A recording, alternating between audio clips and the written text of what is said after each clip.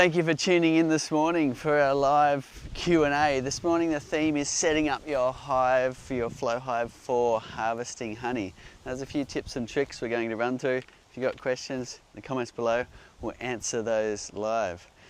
Now the first thing you want to do is just have a little look around your apiary and see which hive is ready for harvest. So we're going to do that by taking off the windows and just having a look in, and if we open this rear door here, you can see this one clearly isn't. They're only just starting to show a little bit of honey in the cells. So we want to wait a while before we harvest this hive.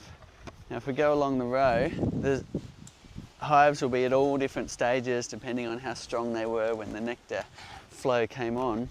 You can see here, this one's looking a bit better. You've got some nice capped ones here, but interestingly enough, they've started to eat out different ones, showing that this hive is a bit hungry. They're using a bit of honey. They're using a bit of honey to raise their young below. So while you could harvest honey from this, if you didn't have any and you wanted some, you might just harvest a bit of a frame or maybe one of the frames and leave the rest. I can see that they are a little bit hungry, and if I open the side window, the numbers are also a little bit low, so we might let this hive just pick up a bit in the spring. You're also seeing them eat away some of the capping and empty some of the cells. So we'll leave this hive, even though we could harvest some. We'll find one that's got a little bit more honey. So coming along, let's have a look at this one here. Wow, look at that. So springtime here, some of these hives are doing really well, just pulling in the honey. And you can see it there looking beautiful in the window, and you've got different colours of honey as well. So this is a prime candidate to tap a bit of honey off. And if you look in the side windows, let's have a look and see what's going on there. You can see that we have capped honey beneath the bees' feet here. The bees are walking on their capped honey, so that's ideal. We're seeing capped in the side, we're seeing capped in the rear window. We know that our honey, when we harvest it, is going to have a lower moisture content because the bees have decided that it's down below that 20% range, and they're capping it off as if to say we're putting the lid on the preserving jar and we're going to keep that honey for later should we need it. And lucky for us, they store more than they need to often, and we can share some too.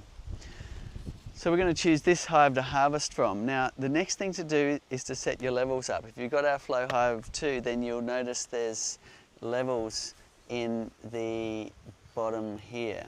So if you have a look at that, you can see the bubbles in the middle, which is pretty good actually. We can probably lift it up slightly on this side. So here's the leg kit that you can use to adjust the level and get the slope right. So we've got two directions. We've got sideways, which is this level, and we've got forwards and back.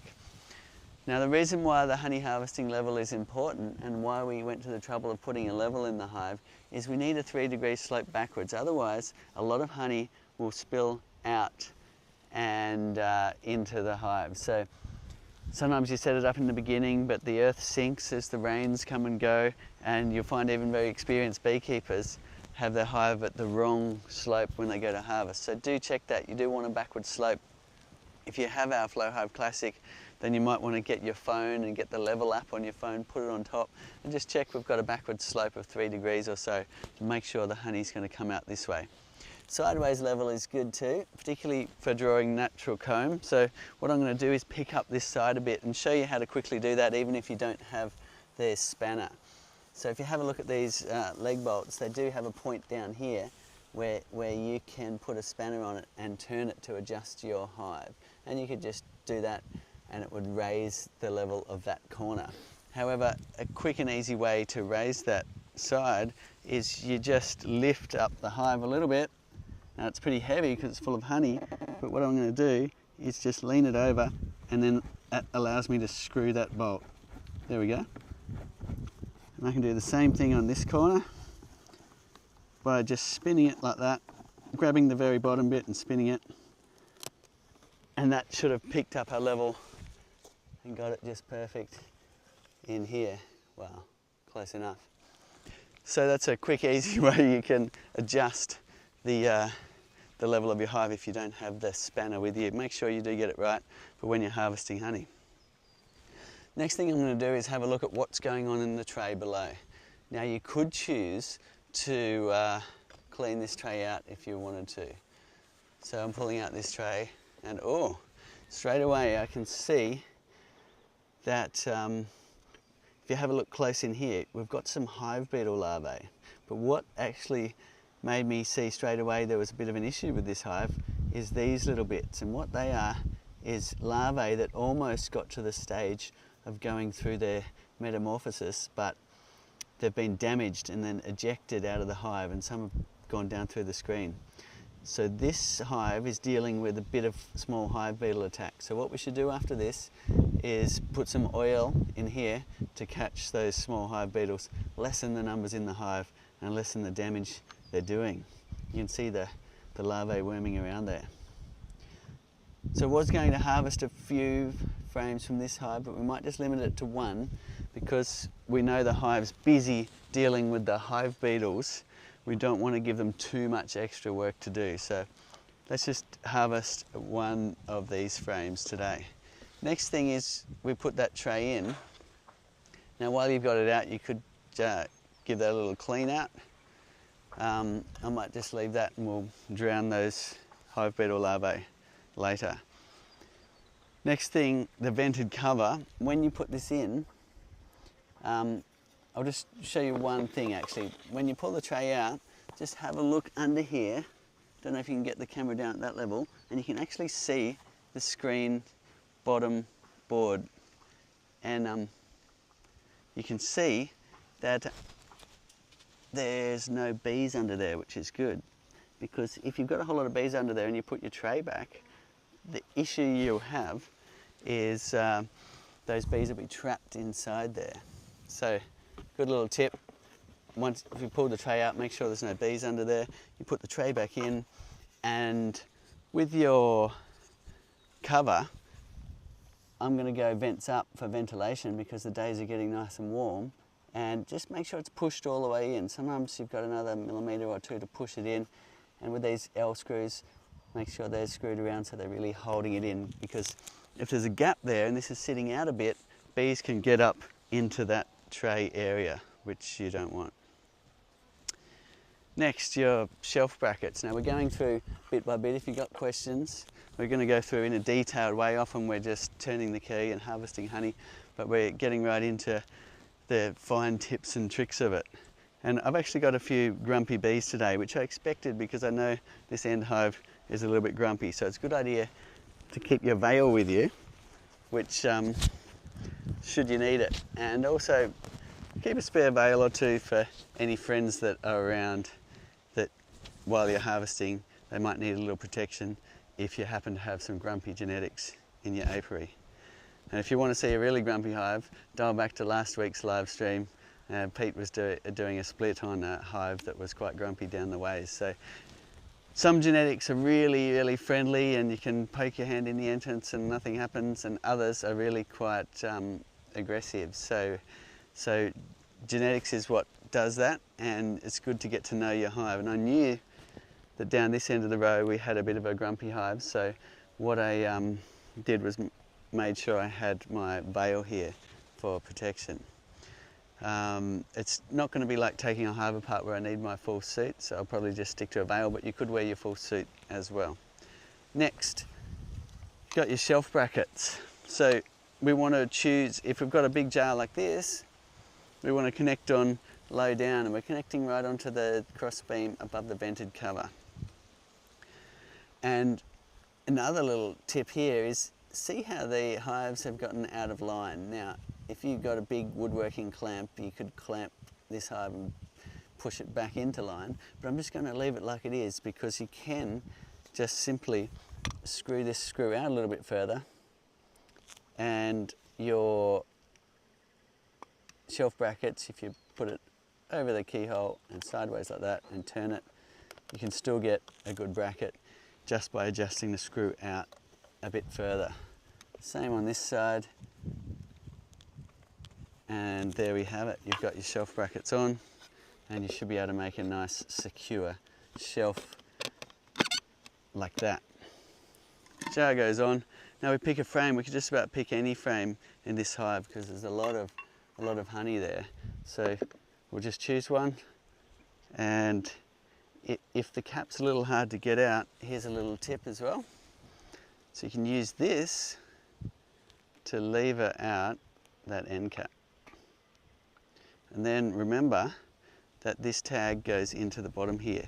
Now I'm just having a quick look down there, check it's not too mucky in there. Sometimes you've got a bit of muck that you can clean out by putting a kitchen cloth, a wet kitchen cloth on the end of your hive tool and just putting it into that area and giving it a little clean. Sometimes you've got some honey built up because this little leak back point we've designed gets blocked by the bees, but if that stays open you won't get honey building up in there. So in it goes like that. Give it a little wiggle and make sure that tongue is going into that area, that slot at the bottom. Now that does a few things for you. One is it blocks that slot, but another one is it cleans it out, so when you pulled it out, that's nice and clear for any honey that dribbles into that area after you've been harvesting, can go back to the bees and doesn't build up and go fermented or candied.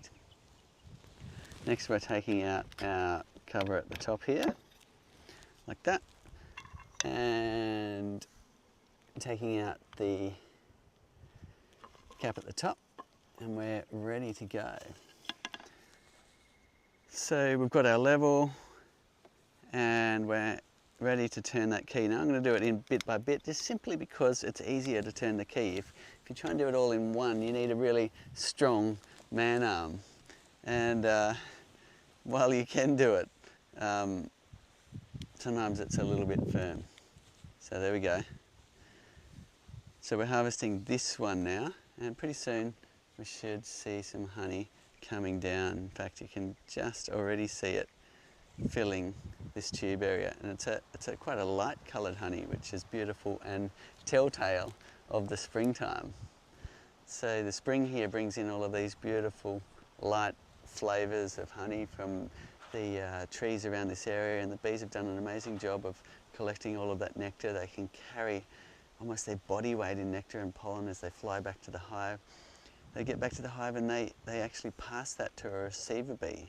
The receiver bee then might even pass it on again, and then they will spread that fresh nectar that's got a really high moisture content all around the walls of the cells. And after a while they'll be using their evaporative techniques of both taking water on in their body and also fanning it to reduce that water content, and there it is, beautiful honey flowing out of the hive. Got any questions, Trace? Yeah, Cedar, Chris from Gawler in South Australia is just, you mentioned the oil in the tray before and the ant caps, and he's just wondering what sort of oil do you suggest for that? So we just use a cooking oil in the tray, so you can go and get just a cheap cooking oil. Don't use your very best extra virgin olive oil, but you can if you want to, and just fill your tray just till it's covered all the surfaces, and that makes a really good hive beetle trap, which is exactly what this hive needs now, and we'll be doing that shortly, or after this when we find that oil and make sure we're catching some of the beetles in this hive. Ant caps, you can either put oil, or that does wash out in the rain. You could also use a petroleum jelly, the Vaseline, and you can put that in the ant caps, and you could use any old grease, right, but black grease will just get everywhere, so you may as well use the white stuff, and it's less of an issue in terms of if it gets on your clothes. And you can put that in these ant caps below by bringing up the cover here like that, and you might even need to adjust your leg bolts to get there, but basically now you can put your grease in this area here. And if you were having trouble with ants, we're not at the moment, then you'd get the mulch and foliage away just so you've got an ant barrier, whereas at the moment the ants would just crawl straight up these flowers and onto the hive anyway. So ants tend to come and go when they're not an issue. You don't worry about it. When they're there, they're a bit persistent, and you might like to activate your ant traps on your Flow Hive 2 Plus legs, or Flow Hive 2 legs here. So I believe we do have a special on these legs at the moment with the Araucaria hive. Is that right, Trace? Yeah, that's right, Cedar. It's a great special. It's actually for the leg stand now. So if you buy a Flow Hive 2 Araucaria, the 6 or 7 frame, depending on where you are, if you're in Australia, you'll save around $110. I think the US is $90. So you'll be getting a free hive stand with the Flow Hive 2. So I'm not quite sure. Actually, Leah might post when that's going to end, that sale. But Okay. yeah, so a free hive stand with the Flow Hive 2. Leah, if you can put some more details in below, that would be great. So look at that honey, it's beautifully coming out. Now, another tip is if we were going to walk away and leave this for a while, good idea to cover it up. So robber bees, sometimes if they're hungry, they'll get a taste for the honey. Usually they don't, but if they are hungry, they might find the honey and go back into the hive and do a dance and tell the rest of them, and all of a sudden you've got bees piling in the jar, and you could promote bees looking for honey instead of nectar and starting to spread pathogens around your apiary and so on. So we want to make sure if you are going to walk away that we just cover that up with a bit of kitchen wrap. In this case it's a piece of cloth that's been treated with beeswax and oil. That's a great thing to have in your kitchen because it replaces the kitchen plastic wrap. There we go. So we're going to leave that one harvesting, and then we might go along and harvest a little bit more from another hive while we're here. So we'll get all the little things we need, and we'll go and tap a little bit more honey. Now we've been harvesting a bit of honey from the yellow hive over here. It just keeps bringing in more honey. We also took a split from it, and it needs another split again already, which is amazing. So we've got a lot of honey coming in at the moment, which is fantastic being the springtime, and it's a good idea, especially at the moment here in Australia, to harvest some honey, make some space in the top box so that they can shift honey up from the bottom, and that'll lessen the chance of your hive swarming, as well as taking splits is my favourite way to lessen the amount of congestion in the hive. But let's just have a quick look at this one, and we'll also get on to answering a few of your questions. But if you have a look in the window here, you can see, even though we took a split from this a few weeks back, they're quite busy again already. A lot of bees, it's hard to see the comb surface. We could take another split from these as well, which is a wonderful thing because we get another hive, and if you don't want one, somebody else will. There's some restrictions in New South Wales, Australia at the moment, where if you are taking splits, they have to stay on your property. So you might be helping a friend get started, and what will have to happen is they can come and do that split with you into their hive, and then it'll have to stay there until those restrictions of movement do lift. So let's set up this one as well. So again, let's just go over quickly. We're checking the level here, and that one looks good. We're checking the level at the back. That one looks good as well. And now we're going to set up some harvesting shelf brackets. We're going for a big jar, and it's simply just put the logo up like that, slide it over the screw and twist it into position like that. And now it was set up from last time, so nothing's probably changed, or that one has actually. That one could be screwed in just a little bit more. So what I'm going to do is, with the screw, just adjust that so it's a little bit tighter like that, and that shall get us on there and give us a nice shelf for harvesting a bit of honey. So we've been harvesting from this almost every week, which is great. And it's a nice way to do it for the bees, is just take a frame or two at a time, and that way it's less disturbance for them, and you get some nice big jars of honey. That's the frame we harvested last week, and you can see they've ripped off all the capping. They're already bringing in the nectar to fill up those cells again. In another week that'll be full and ready to harvest. Very exciting in the springtime, where you can keep harvesting and the bees keep filling up that honey again for you. Any more questions coming in? Yes, Cedar. Teeny's asking, hasn't quite got a hive yet but would like to get one, has a 600 square metre block, and just wondering any tips and tricks, like in terms of your neighbours. What do you think, like, you would have to talk to your neighbours about, or would the neighbours even know you had a beehive? Well, they probably won't know, but it's a nice thing to to talk to your neighbours, you do get the rare person who's got what's called anaphylaxis, a bit like the peanut allergy. So if you've got a close hive in proximity to somebody with that allergy, then it is a bit of a thing, and it'd be worth checking for that.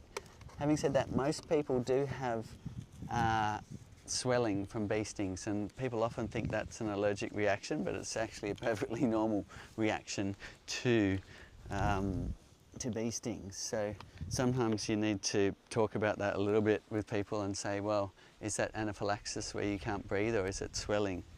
And because obviously the anaphylaxis is the more dangerous one if you are the beekeeper and you've got somebody around like that. It's unusual, but it can happen. My big tip is always rock up with a jar of honey. People love honey, and often if you're delivering honey, they're very happy for you to have a beehive. Helps pollinate their gardens as well, and it turns into a wonderful thing.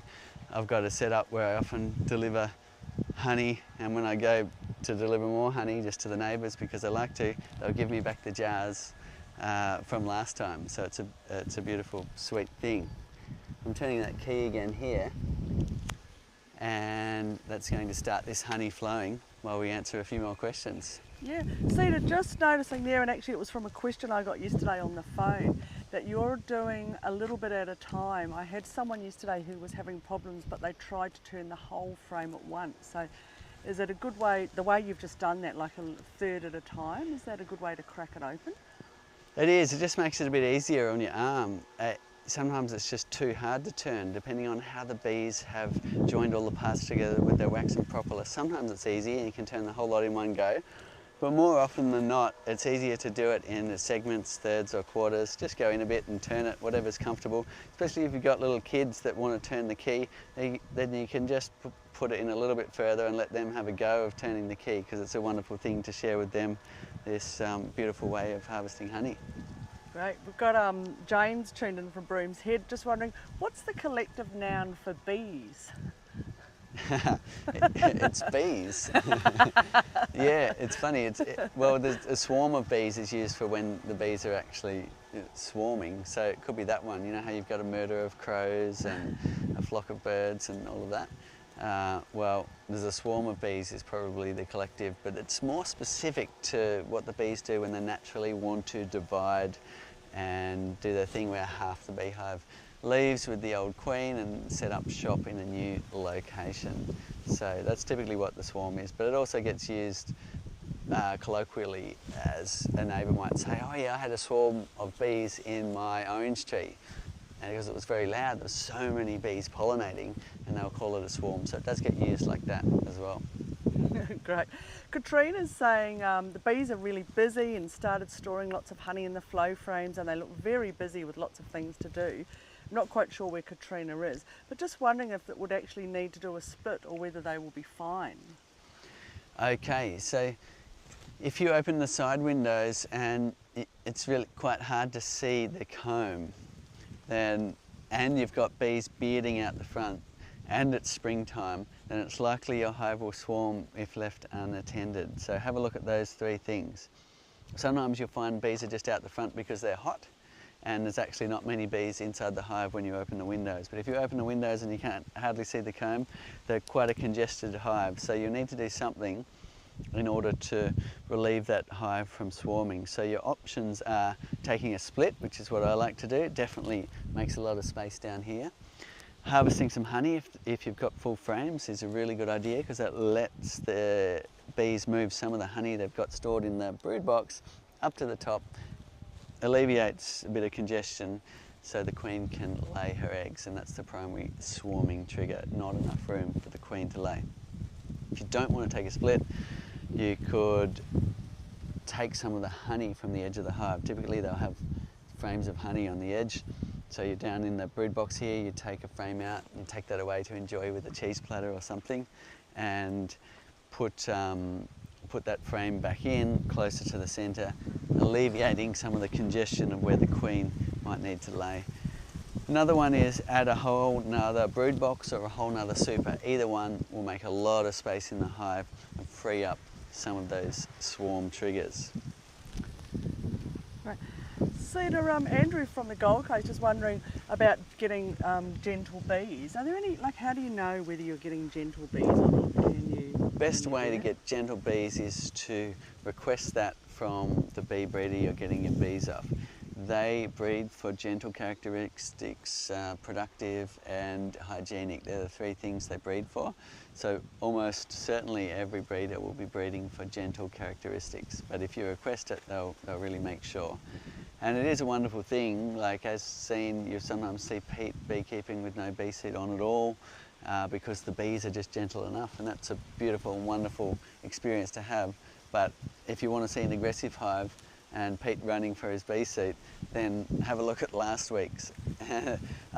So gentle bees are a much nicer thing to work. But having said that, sometimes you've got aggressive bees, but they're great producers, and you just want to keep them that way because they're producing so much honey, and it doesn't bother you to put on your bee suit even when you're harvesting honey and things like that, and it's not near people, and there's no need to change the genetics. But if you do want to change the genetics so that they're a gentle hive, what you'll need to do is get in there, and you might need some help from an experienced beekeeper, but you'll be taking the hive apart, finding the queen, taking her away, and a day later introducing a queen from a queen breeder. So you can order them in the mail, and you'll be putting that into the hive so that the genetics will then change to that new queen you've put in.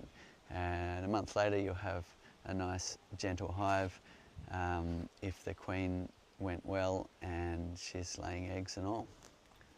Great. Nick's tuning in from Arizona and about to move there and set up a flow hive. Couple of questions. The first one is about winter time. Would he need to do anything or worry about the bees in the winter time?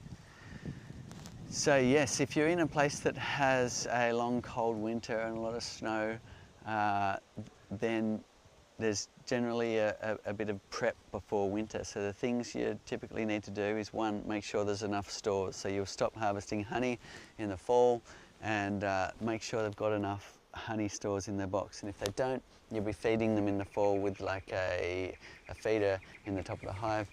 And I've got videos showing you how you can make one of those, and you'll be feeding them sugar water so that they can have some stores to survive the winter. Ask your local beekeepers how much honey or stores they need to survive the winter in your area. Once you know that, you can just have them well prepared. The other thing you might do, if you're leaving the Flow Hive super on over winter, which is something you can choose to do or not to do, but if you want them to eat the stores out of the flow frames, then take the excluder out, which is this black line in here, which is a grid that stops the queen getting up and laying in your flow frames. Because the queen's a bit bigger, she can't get through that, and it's called an excluder. Now, if you leave that excluder in place, what can happen is all of your bees move up into the top to consume the honey in there to survive the winter, but leave the queen behind, and she could perish below the excluder there. So for those cold places, at a minimum, what you'd be doing to prepare your hive is taking that excluder out. There's more you can do. Some people swear by wrapping your hive in nice insulating things and keeping it warm. Other people say no, it's best not to. There's a bit of it's one of those controversial beekeeping topics, whether to keep your hive warmer over winter or not. A lot of people in North America, in Canada, in Europe will actually leave the hive just as it is, and even take out the tray and have an open screen bottom board all through the snow, and the bees are fine. After all, they are a European honeybee, and they are built for handling very cold weather. Right. And so to the other part of Nick's question on that one is that jar that we're using, how many jars will come out of the flow frame, and how big is that actual jar? So these jars are a 2 litre jar, which is almost exactly how much you get out of a flow frame when it's full. Occasionally it'll overflow, and sometimes you get less, depending on how the bees have filled that frame, whether they've capped it in tight to the flow frame parts or whether they've drawn it out further and so on. So this one looks like it's going to be about right. That's filled up very quick. We've only been here 10 minutes and we've got a jar of honey, which is a great amount of honey really, like that would keep your family going for a while. So it's a beautiful thing. All we've done is harvested one single frame and we've got this enormous amount of honey. So it'll be 1 2-litre jar out of each frame, which represents close to 3 kilograms of honey. It is 3 kilograms if you take this up to the top.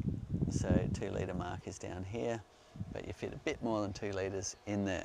So these are the perfect size jar for harvesting from a flow frame if you don't want to sit there swapping jars. You'll see lots of other videos we've done showing you how to harvest into small jars. And if you are going to walk away, then just put a cover on it like this. Any more questions? Yeah, Cedar, just any tips on encouraging the bees to start using the Flow Super? Okay, so sometimes when you start, the frames, you put them in, they haven't been used before, they're not waxy, they're a little bit foreign to the bees, and you put the super box on and you're getting a bit impatient because they're not using it yet. Now the best recipe for getting them to use the flow frames is simply a lot of bees. When you open that side window, you're seeing a lot of bees in there. So if you've got extra boxes on there, extra supers on there already, and you're putting your flow super on top, then take away those extra supers, compress your hive so you see a lot of bees in the window. And if that coincides with a lot of flowers, so you've got a good healthy colony, good numbers, you've got flowers, then what you'll find is you'll get very quick action on your flow frames. But if either of those things are out, you haven't got enough bees or there's not enough flowers around, it will take some time before you'll see the bees using the flow frames. So you'll have to be a bit patient there. Having said that, if you want to increase the activity on your flow frames, then one thing you can do is on top of the brood frames you often get a bit of burr comb. If your hive is ready for the super to go on, the super is the top box here, if your hive is ready for the top box, then just scrape off some of that burr comb on top, which will be mainly wax, sometimes with a bit of honey in it. You're after the wax, it doesn't matter about the honey. And with your hive tool, just push it into the surface of one of your flow frames. Put that flow frame on the window side and you can enjoy watching them recycle that wax to that area, and that'll get them straight away in there doing a job on your flow frames. There's other things people do when they want to increase the speed at which the bees will work on the flow frames, and one thing a local beekeeper does is put it the other way around. So the flow super is on the bottom, and that way the bees are all coming through and walking all over the flow frames for a week or so, and then he'll switch it around and put the flow super on top again, and that will increase the speed apparently at which your bees will start working on the flow frames. Of course, once they've used them once, they're all waxy, they're just like any other frame then, and the bees should quite quickly get in there and fill them with honey. So do the drone bees fit through the queen excluder? They don't. So one thing you'll notice if you're doing a flow frame inspection, you're inspecting the frames at the top, is that you won't see drones. In fact, if you look in the window here, you won't see any drones. And when you do see drones and you've got an excluder in place, it means something has happened. Perhaps there's some laying workers laying unfertilised eggs above the excluder, which means your hive might be queenless. So typically you don't see drones up there. Of course, some people run without the excluder at all. I do that a bit, depending on the queen. So some queens will never lay in the flow frames and you can not use the excluder, but others will. So you've got probably a 50-50 chance. But once you know your queen and she's not a flow frame layer, then you can ditch the excluder altogether. Michael's tuning in from Brewena, I think that's right, 45 k's from west of Maryborough in Queensland. They collected a swarm recently from a really quiet hive, but the new hive made from the swarm was so ferocious that they had to move it about 1 kilometre up the paddock. Just wondering, is that a normal thing? Sometimes you get some pretty aggressive genetics. So if you find you've got that, then as said, you move that to somewhere where nobody is going to be bothered by it, or else get in there and change the queen. Some commercial beekeepers, when they catch a swarm, as a matter of fact, they will replace the queen straight away because, for one, they don't want the swarmy genetics for next year. They want all their bees to stay and do their job collecting honey.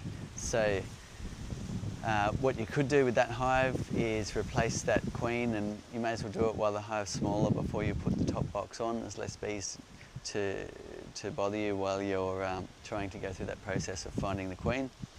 And that way you'll turn that aggressive hive into a nice, friendly, calm one. It's just a bit of luck of the draw. Sometimes a queen will go and mate with some rogue males from down the road, and then you'll get those genetics in your hive. Beautiful, we've got a nice full jar of honey here, and if we had another jar we would keep going and harvest some more from this hive here, just because it's bringing in so much honey at the moment. It's just so prolific. As said, we've harvested almost every week now for a while, sometimes amazing. A few jars.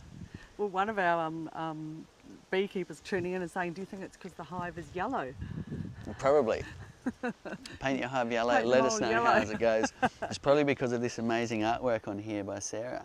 Yeah. And you can see here's the egg being laid, and then it goes through these little crescent moons, and then eventually through its metamorphosis, and then we have young fluffy baby bees emerging into the hive to do their job. So it's a beautiful artwork showing that progression. Got time for a few more questions? Yeah. Cedar, just wondering, if you leave the honey in too long in the frames, will it candy, and how is it hard to then get out? So it can do. Around here it typically doesn't. We're in the subtropics. Sometimes, depending on the nectar and your location of how cold it is, you can actually get candying in the hive. Now, I've done some experiments trying to force that to happen in the beginning here, wondering what the frames would do when they're solid candy, by taking the paper bark, which is one that candies quite easily, taking those frames and putting them in the deep freeze for a while until they're really set, putting them back in and trying to actuate them to see what will happen. And what generally happens when you've got a bit of candying is, if it's partial candy, what you'll get is it'll be cloudy when it comes out. You'll see a whole lot of sugar crystals in the honey. If it's further along the road and the honey's really more candied, what you'll get is you'll turn the key and it will disrupt the comb a little bit.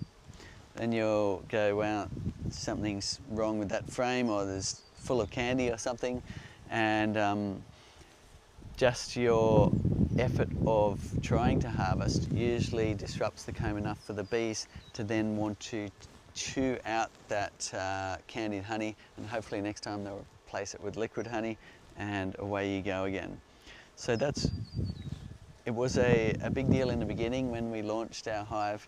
We found that a lot of people were worried about candying in the hive, but the bees actually keep it warm, so it's less likely to go candied. In fact, if you have a look at canola or rapeseed, often beekeepers in the conventional way will take a box off the hive, then they'll take that to the processing shed, and because it might sit there overnight, it's candied by the time they go to spin it in the centrifuge. It won't come out, and it's all annoying. So those beekeepers tend to put those boxes they've taken off full of rapeseed into a warm room to keep it warm, so it's less likely to go candied. With the Flow Hive, what you can do is just make sure you're harvesting as soon as it's full. If you've got the type of nectar that's going to go candied more, ask local beekeepers. If you've got fields of rapeseed around you, as soon as you're starting to see the honey here, harvest it, and that way you won't run into the candied issue. But as said, if it does go candied, no big deal. It'll either flow out or cloudy, or won't come out at all, and the bees will chew it away and hopefully replenish it with nice liquid honey next time. Nice. John's tuning in from Coffs Harbour, which is not far from where we are, Cedar. Second year beekeeper, took a split and then got 2 more swarms from the original hive, but also still noticed that there's 6 capped queen cells in the hive. Just wondering what to do next. He now has a total of 4 hives. Excellent, excellent. So bees do have a habit of breeding up, and some genetics will be like that. They'll just really divide quickly.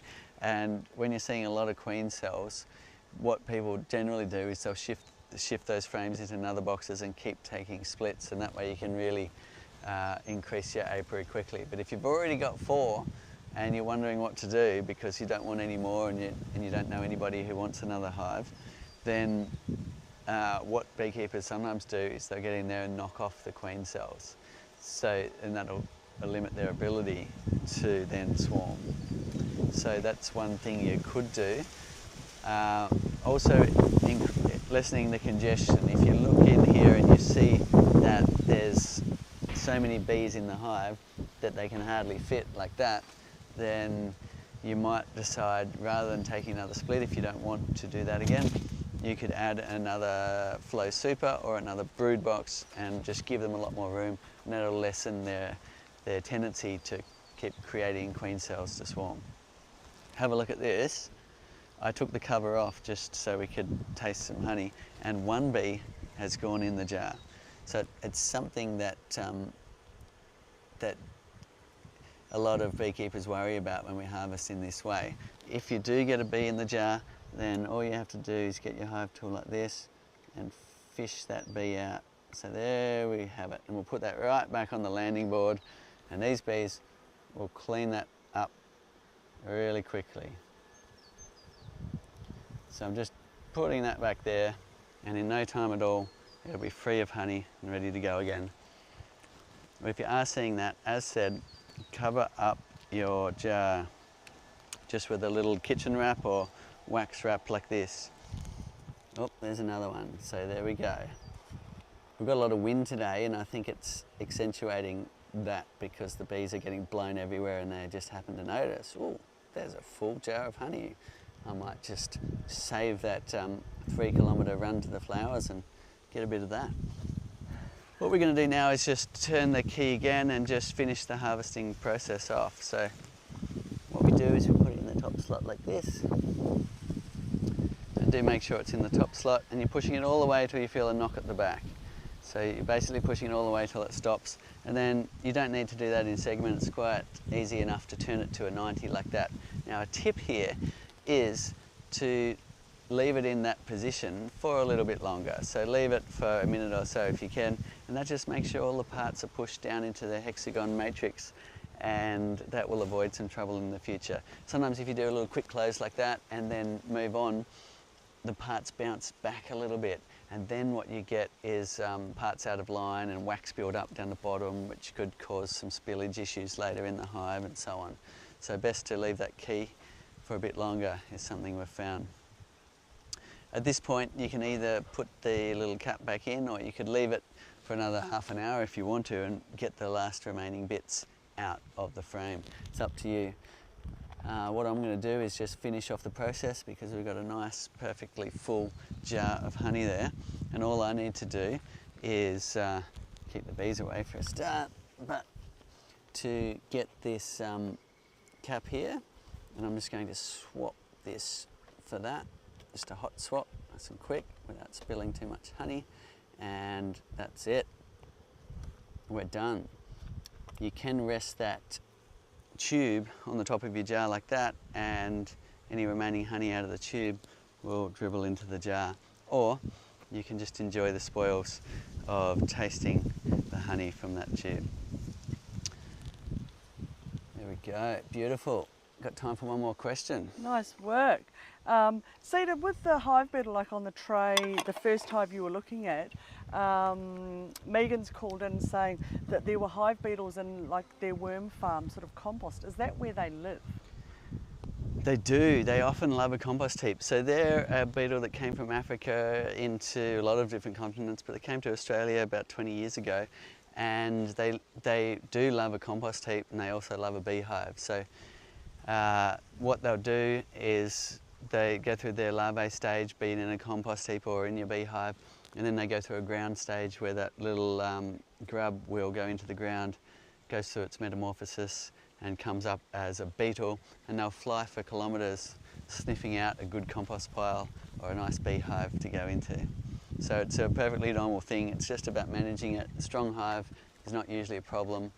They will get on top of the beetles, but if you do see a lot of beetles, and especially in those more humid times, put a bit of oil in your tray below, catch a few beetles and minimise the damage they can do.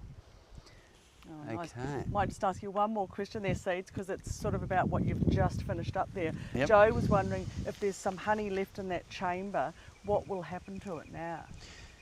So that's a great point. So you can see what's happening here in the bottom. You've got a level of honey about at that level there.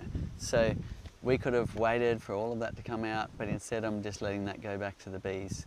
And the bees are used to dealing with honey in hives. In the conventional fashion, you're always breaking comb. Whenever you open a lid full of honey, you're breaking comb and honey's going everywhere. And the bees just lick it up and they'll use it around the hive. And I guess it happens in nature too when trees move and you've got comb broken and so on.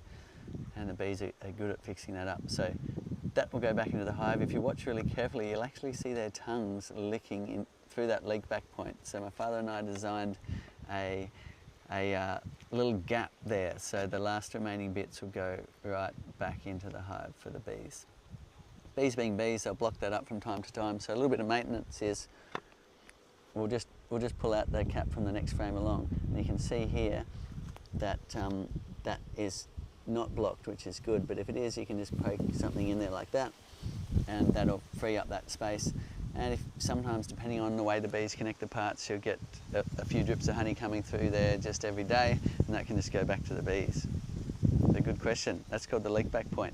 We've designed it so when the tube goes in, there's a tag that unblocks that for you, so you don't actually need to worry about that usually.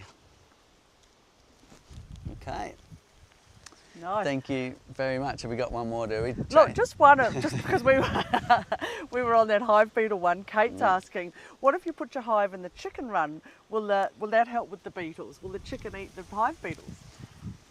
They do actually. Some people put their hives in with chickens for that very reason, but you also get the odd experience where you've got an aggressive hive and the chickens are doing their thing and they can fight as well. So just bear that in mind, but mostly I think people go all right with their beehives right in the chicken pen. So I'm putting this cap back in the top as well here.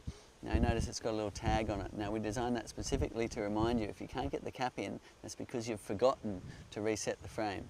Because as we were inventing it, we were realising that we would harvest honey and walk away with a smile on our face and a big jar and actually leave the frame in that open position. So that's a reminder. If it doesn't go in properly, then you've forgotten to actually turn that key again in the top slot and reset the frame parts. We're all good to go again. Today was a bit of a detailed run on all of the things to do with harvesting and getting your slope right and so on. Now, I'm just going to take this off the top before I wiggle that roof. I don't want to smash the jar after the bees have so amazingly created so much honey for us. And there we go, we're all done here. We've got another hive down the way. Let's just go and see how that one's going. And thank you very much for all of your great questions. Remember to put your window covers back on because you don't want the sun shining in and warming up your hive like a solar wax melter. There we go. Thank you very much for tuning in and all your great questions. Let's just have a look and see what happened down here. Oh, we got a nice big jar of honey as well, which is a wonderful thing. And we can taste the difference between these two. They actually look quite similar because we've got the springtime here. Look at that. Beautiful big jar of honey as well. So what we're going to do is turn that back to a 90, take it out, put it in the top, press it to the back to a 90 like that, and that's reset all of those parts. They'll be moving down as we go.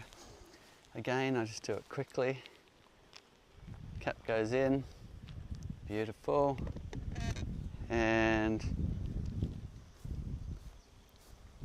then your door can go on. Don't forget your window covers. Look at that, a lot of bees in this hive. We may need to take a split from this one as well. Look how many bees there are. So we've been taking a lot of splits recently, but bees just in the springtime here, they really get on a good nectar flow and they breed up, so it's a good time to get some more hives going. And remember that we do have a special on at the moment with the hive stand and the leg kit included in the special, and there's some links below that. If you do need an excuse to get started in beekeeping, there's a good one right now. Thank you very much for tuning in.